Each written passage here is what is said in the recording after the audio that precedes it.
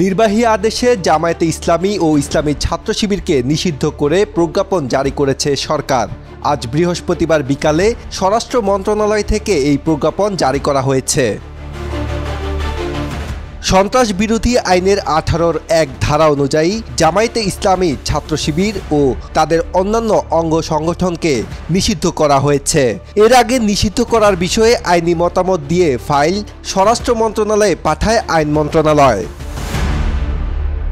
প্রজ্ঞাপনে বলা হয়েছে, আন্তর্জাতিক অপরাধ ট্রাইব্যুনাল কর্তৃক প্রদত্ত কয়েকটি মামলার রায়ে বাংলাদেশ জামায়াতে ইসলামী এবং তার অঙ্গ সংগঠন বাংলাদেশ ইসলামী ছাত্র শিবিরকে 1971 সালে মুক্তিযুদ্ধকালে সংগঠিত গণহত্যা, যুদ্ধাপরাধ ও মানবতা বিরোধী অপরাধে দায়ী হিসেবে গণ্য করা হইয়াছে এবং যেহেতু বাংলাদেশের সুপ্রিম কোর্টের হাইকোর্ট বিভাগ রিট পিটিশন নং 630/2009 1 আগস্ট 2013 তারিখের প্রদত্ত রায়ে বাংলাদেশ জামায়াতে ইসলামী এর রাজনৈতিক দল হিসেবে বাংলাদেশ নির্বাচন কমিশন কর্তৃক প্রদত্ত প্রাপ্ত নিবন্ধন বাতিল করিয়া দিয়াছে এবং বাংলাদেশ সুপ্রিম কোর্টের আপিল বিভাগ হাইকোর্ট বিভাগের ওই রায়কে বহাল রাখিয়াছে এবং যেহেতু সরকারের নিকট যথেষ্ট তথ্য প্রমাণ রহিয়াছে যে বাংলাদেশ জামায়াতে ইসলামী এবং তার অঙ্গ সংগঠন বাংলাদেশ ইসলামী ছাত্র শিবির সাম্প্রতিককালে সংঘটিত হত্যাযোগ্য, ধ্বংসাত্মক কার্যকলাপ ও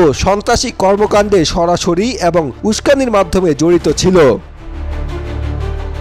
প্রজ্ঞাপনে আরও বলা হয়েছে, যেহেতু সরকার বিশ্বাস করে যে বাংলাদেশ জামায়াতে ইসলামী এবং বাংলাদেশ ইসলামী ছাত্র শিবির সহ উহার সব অঙ্গ সংগঠন সন্ত্রাসী কার্যকলাপের সহিত জড়িত রয়েছে, সেহেতু সরকার সন্ত্রাস বিরোধী আইন 2009-এর ধারা 18-র 1 প্রদত্ত ক্ষমতা বলে বাংলাদেশ জামায়াতে ইসলামী এবং বাংলাদেশ ইসলামী ছাত্র শিবির সহ তার সব অঙ্গ সংগঠনকে রাজনৈতিক দল ও সংগঠন হিসাবে নিষিদ্ধ ঘোষণা করিল এবং উক্ত আইনের তফসিল 2-এ বাংলাদেশ জামায়াতে ইসলামী ও বাংলাদেশ ইসলামী ছাত্র শিবির সহ তার সব অঙ্গ সংগঠনকে নিষিদ্ধ সত্তা হিসেবে তালিকাভুক্ত করিল।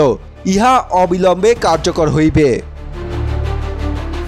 কোটা সংস্কার আন্দোলন ঘিরে সহিংসতার ঘটনায় জামায়াত ও এর ছাত্র সংগঠন ইসলামী ছাত্র শিবিরের জড়িত থাকার অভিযোগ করে আসছিলেন সরকারের মন্ত্রীরা।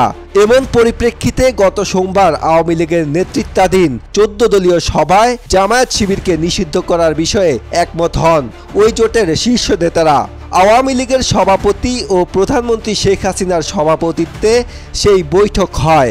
জোটের বৈঠকে সিদ্ধান্তের পর এখন সরকারের নির্বাহী আদেশে জামায়াত ও ছাত্র শিবিরকে নিষিদ্ধ করা হয়েছে।